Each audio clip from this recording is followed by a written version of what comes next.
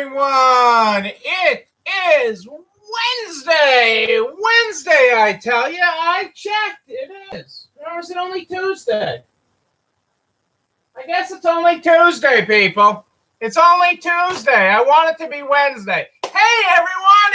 It is Tuesday. Nobody heard the first part. Nobody heard the first part. Hey, Julie Jankowitz, how are you? I'm just so excited to celebrate Cassandra's birthday on Wednesday that I called today Wednesday. That's what it is. That is all it is, people. How are you in your world? What are you guys grateful for tonight?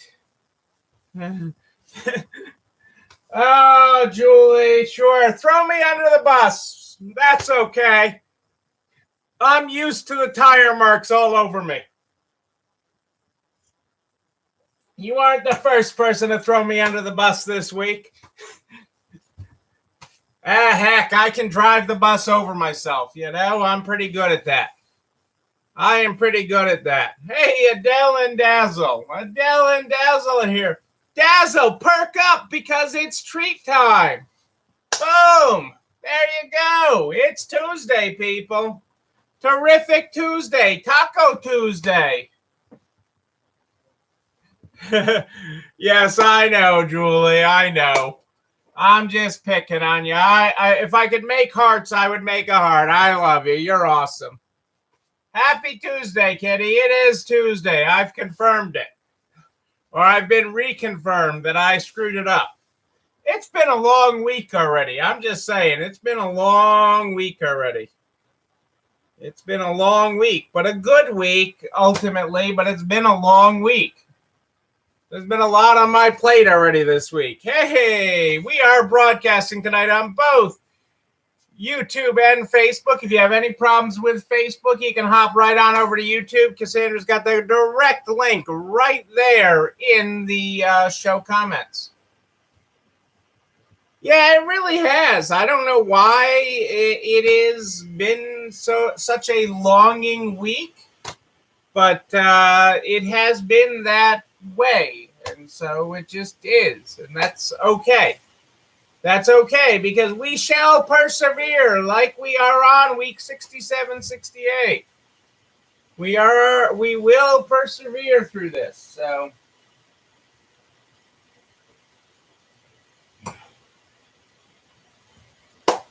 And, you know, that's why my mind's on Wednesday, because it's the birthday jamboree, you know, for Cassandra. So, whatever that means, it means good stuff, right? That's what it means. So that is what's happening here. What are you all grateful for today? What is good in your world? Just a side note tonight, we are broadcasting on both, but we've had the storms in the last hour passing through our area. I don't know if they're done or not done, so we may have some intermittent internet issues. If we have internet issues and you lose me, that may be the reason why. Because if we lose power and internet, there ain't much I can do about that. Cassandra is celebrated every day, Julie. Welcome to my world. That is what we do here. That is exactly what we do. That is what we do. Let's get started tonight before I fall asleep on you guys with the Good Morning, Good Night book. The Good Morning, Good Night book is how we start this program every night. Oh, I got my glasses over here. Hang on a second.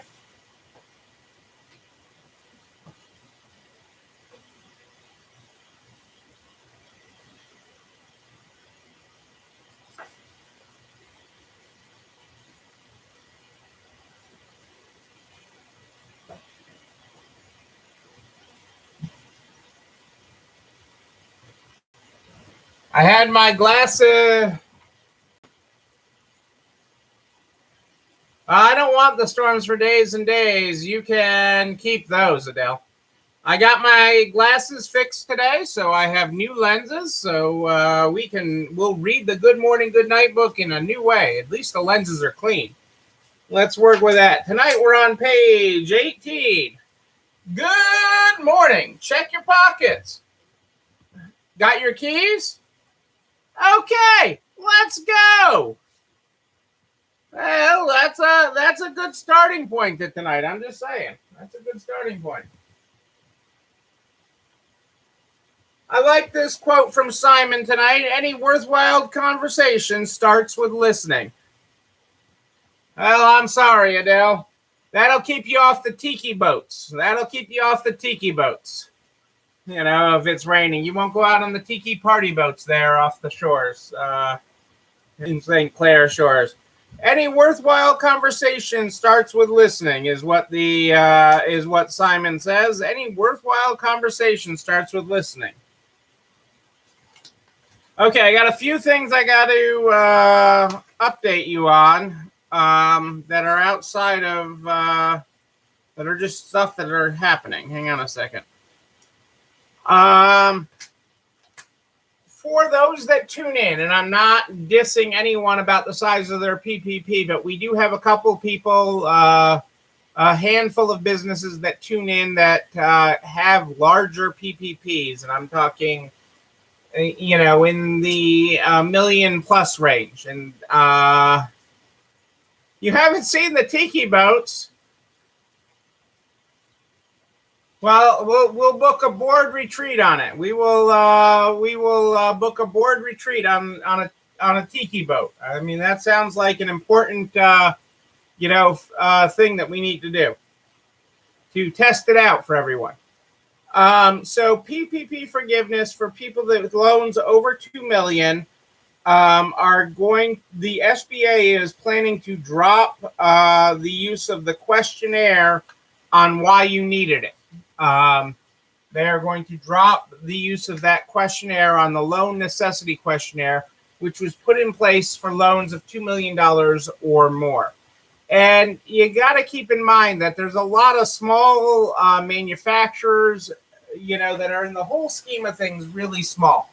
So I don't want you to hear that news and say, oh, they're letting the big guy off. I know there are people that tune into the replays of us that are in that boat with a payroll of just over $2 million for 2.5 months. And I know that sounds ridiculous to a lot of you who have struggled to get a PPP of, a fraction of that, just a mere fraction of that. Okay, that would be pocket change to that. But these businesses employ a lot of people. I mean, they can be employing a couple hundred people in your community in our major powerhouses, manufacturers, designers, tech companies, just different things that also had struggles during this pandemic. And really, when you get right down to it, when you take the extra paperwork out of the way, they still have to have spent the money on payroll. They still have to have done what they needed to do. And as long as they weren't a publicly traded company that had access to other markets to get money, that had access to the capital markets to get money, they were in the same boat as everybody else, okay? And really, all the uncertainty meant that they needed the PPP. The uncertainty at the beginning of this meant everybody needed the PPP. So I don't want to give them a bad spot in this. Okay, I mean there have been challenges for every business in this, so I did want to make you aware of that. That will be that is coming soon from our friends at the SBA.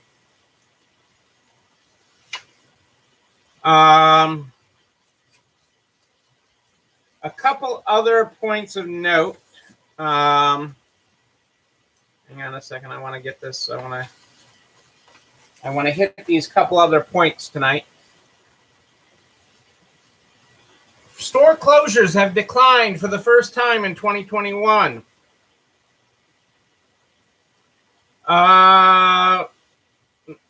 Store closures are at 4,626 so far this year, 5.7% fewer than last year at this time. Store openings to date, which doesn't get much press, okay? Store closures always gets all the headlines. Store openings to date stand at 4,311, a 41% 41.8% increase over the same period in 2020. The runaway leader in store openings, with nearly a quarter of all store openings, is Dollar General, followed by Dollar General has 1,000 of those 4,000 new store openings, followed by Dollar Tree. In number two. Okay, so the number one company has over 1,000 new store openings, and the number two has 393. 40% of the leader. So it is interesting. It's not as interesting comparing. To me, it's not as interesting comparing year-over-year numbers, and I say that because I don't want to compare a lot of year-over-year numbers. Okay, I don't want to year-over-year numbers in a lot of statistics, even though they're still being used because that's what they've always used. Are not very useful, and they're not very useful in this category either. But what is useful, okay, what is useful in this number, and I'm just gonna let me put back on the glasses for a second and get out the pink calculator.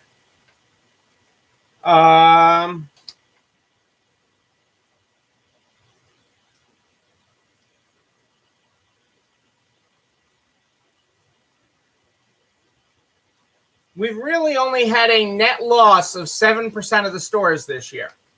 So between store closures and store openings, it's a deficit of 7%. Okay, which, considering how bad the overall the retail apocalypse, okay, the fact that there's really only a 7% decline in store count year over year is pretty, this year is pretty good. Okay, so this year so far, the fact that it's only a 7% decline is really very good. It says a lot about the power of the American consumer. It says a lot about how businesses changed during the pandemic and how businesses adapted to the need to change. So that is really very good news, ultimately. And while we're at it, businesses are looking for space. Retail vacancy rates in the first quarter of 2021 versus 2020. Chicago in 2021 has a vacancy rate of 11%. In the first quarter of 2020, it had a vacancy rate of 12%. Dallas has a current vacancy rate of 11%. In 2020, it was 9%. New York's current vacancy rate is 10% versus 8% in 2020. Boston is even at 8% and 8%. LA, 8% this year, 7% last year. San Francisco, 7% this year, 5% last year. So, there's definitely that really flows right into what we're seeing with store openings to replace store closures. And in good news for the employment market, okay, good news for the employment market, the number of unemployed people receiving unemployment benefits, is falling exponentially faster in states that have eliminated the extra $300. The states that have thus far eliminated the extra $300 payment, they can still collect their unemployment through September, okay, the extended unemployment, but they can't get the extra benefit of the extra $300. With that, okay, the numbers are quickly showing people returning to work, okay? Partly out of necessity. I mean, there's a lot of dynamics in this unemployment world right now, and I don't take that lightly. I know businesses are extremely hard, to hire right now, and regardless of what your business is, okay, and really at any level, okay, the lower levels of employment, hospitality and retail gets a bum rap in this, when really, okay, finding a tech guru or other people is extremely hard right now. Okay, just getting talent is very, very hard. Anybody that I talk to, and regardless of industry. So know that you're not alone with that, but it is making progress. And in other states like Massachusetts that have reinstated the requirement to look for work, they're also implementing other things to follow up with people. They are following up. Unemployment officers are following up via Zoom. They're checking on where they're applying for jobs, or where they say they applied for jobs. They're actually checking with companies.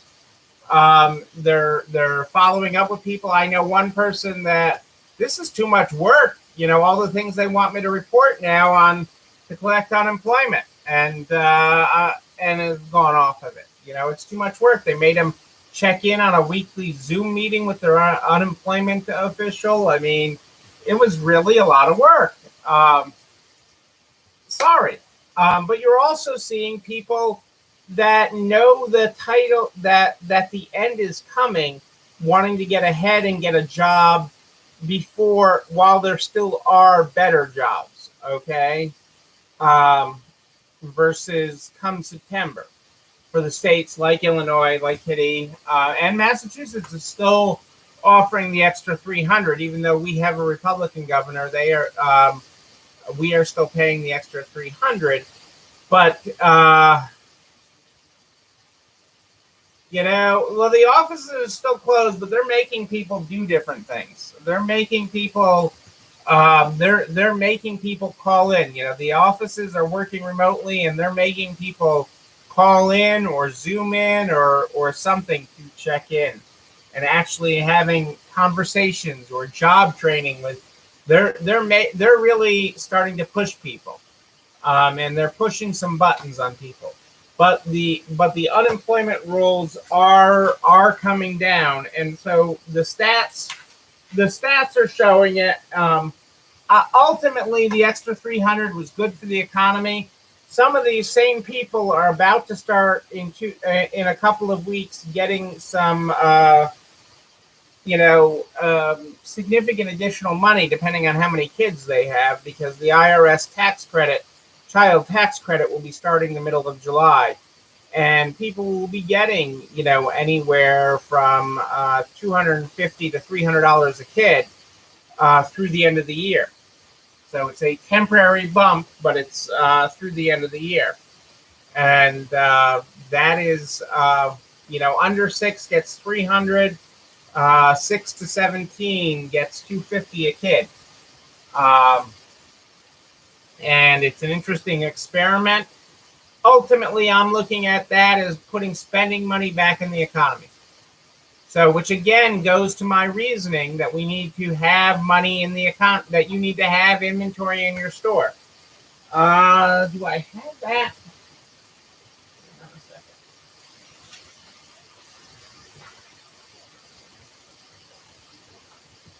I had something on that tonight that I wanted to talk about.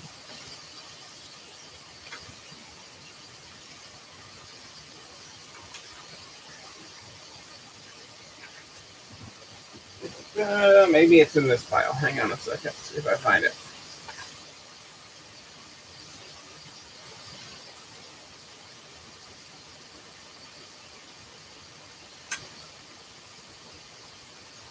No, I don't have it here. I don't know what I did with it. But, there are continued inventory problems. I know what it is off the top of my head. Maybe I didn't print it. Or is it in this file? Hang on one second. Oh, that's just a quote. So, in areas that aren't well vaccinated. Hey, Marianne, how are you? Hey, Michelle, how you doing? Great to have you here. Love to both of you. It is little Missy's 91st birthday celebration year. Celebrate little Missy. She's right here. I got little Missy. I got me some little Missy right here. So in areas that COVID is one of the big garment areas in Bangladesh, okay, that services all sorts of fashion houses, is actually going into a big lockdown, mandatory lockdown. And that is going to affect supply chains for any number of fashion retailers, from Levi's on up. Okay, it is just it's a big deal that these factories are shutting down for a very strict COVID lockdown, where vaccination rates are low, cases are spiking, and this area is shutting down. But it is going to affect a lot of fashion houses. So that's a big deal, which again is why I need you to get your inventory up. So your homework last night, maybe it's in this pile. Duh. I've got too many piles, people. Yeah, H&M, Levi's, and a whole bunch of others are all facing increased supply chain issues because of the lockdowns in Bangladesh. It's a big, big deal. You wouldn't think of Bangladesh as the fashion capital of the world, but it is going to affect, as cost of production and things went up in other places.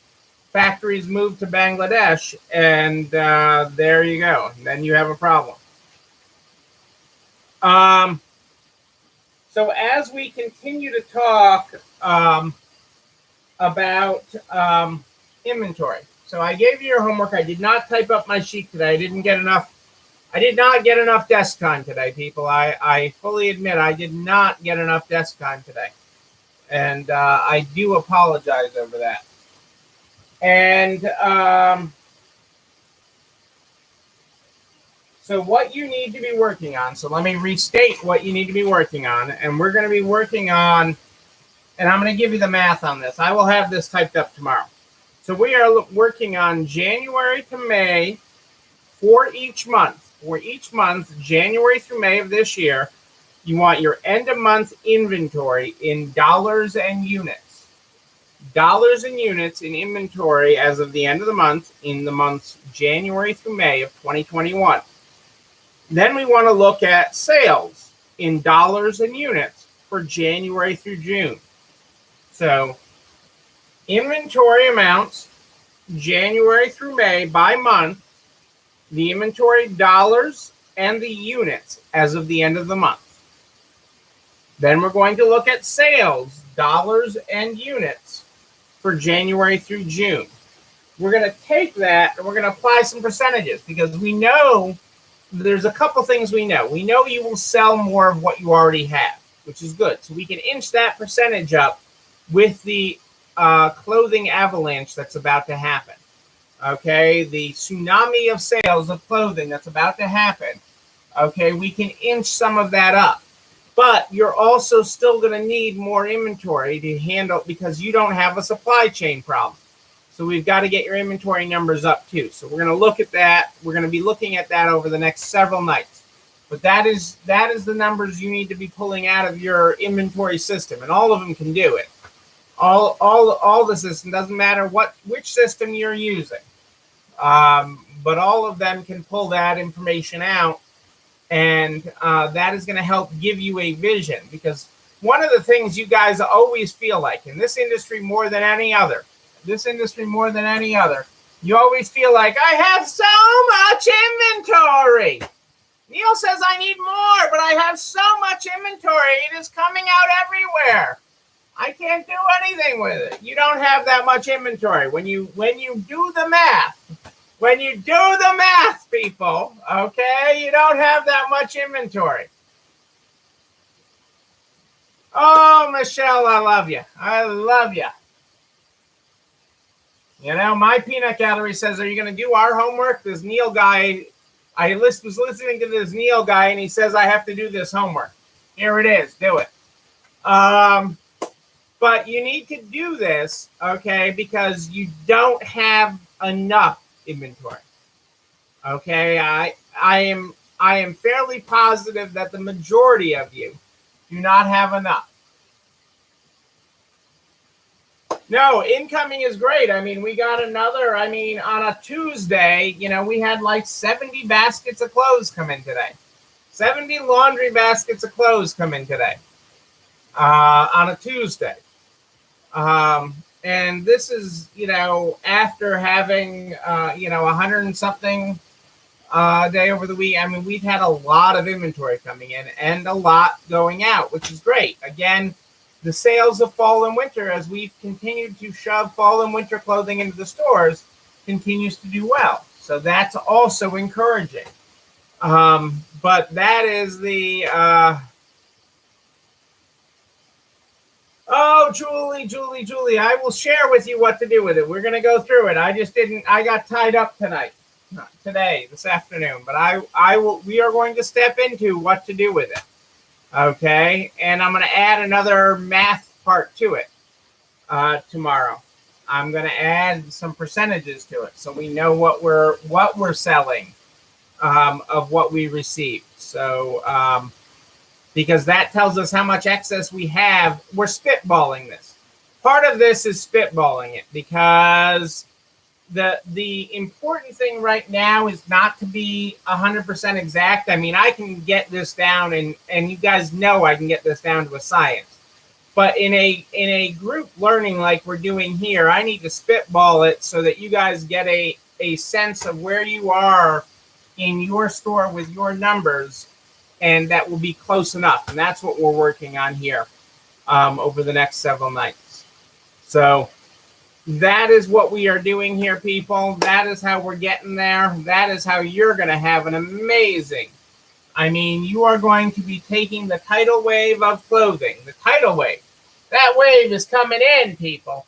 You're going to be taking that to the bank. Okay? You're going to grow your way out of this. That is what we're doing with it. That's why we're talking about it. And you know what? Everything that we talk about goes over to narts.org/resale strong by noon the next day. Noon the next day. That is what I'm talking about. It all goes over there. All the files, all the resources, everything I talk about goes over to narts.org/resale strong by noon the next day, including a direct link to the YouTube channel. You're not alone running this store, where you can like, comment, subscribe, and oh yes, ring the bell so you know when another one drops. You can also share with all your friends in business, the butcher, the baker, the candlestick maker. You can share it with everybody so that we can help everybody make it across the finish line here. Make it fully to the other side. Yes, we will.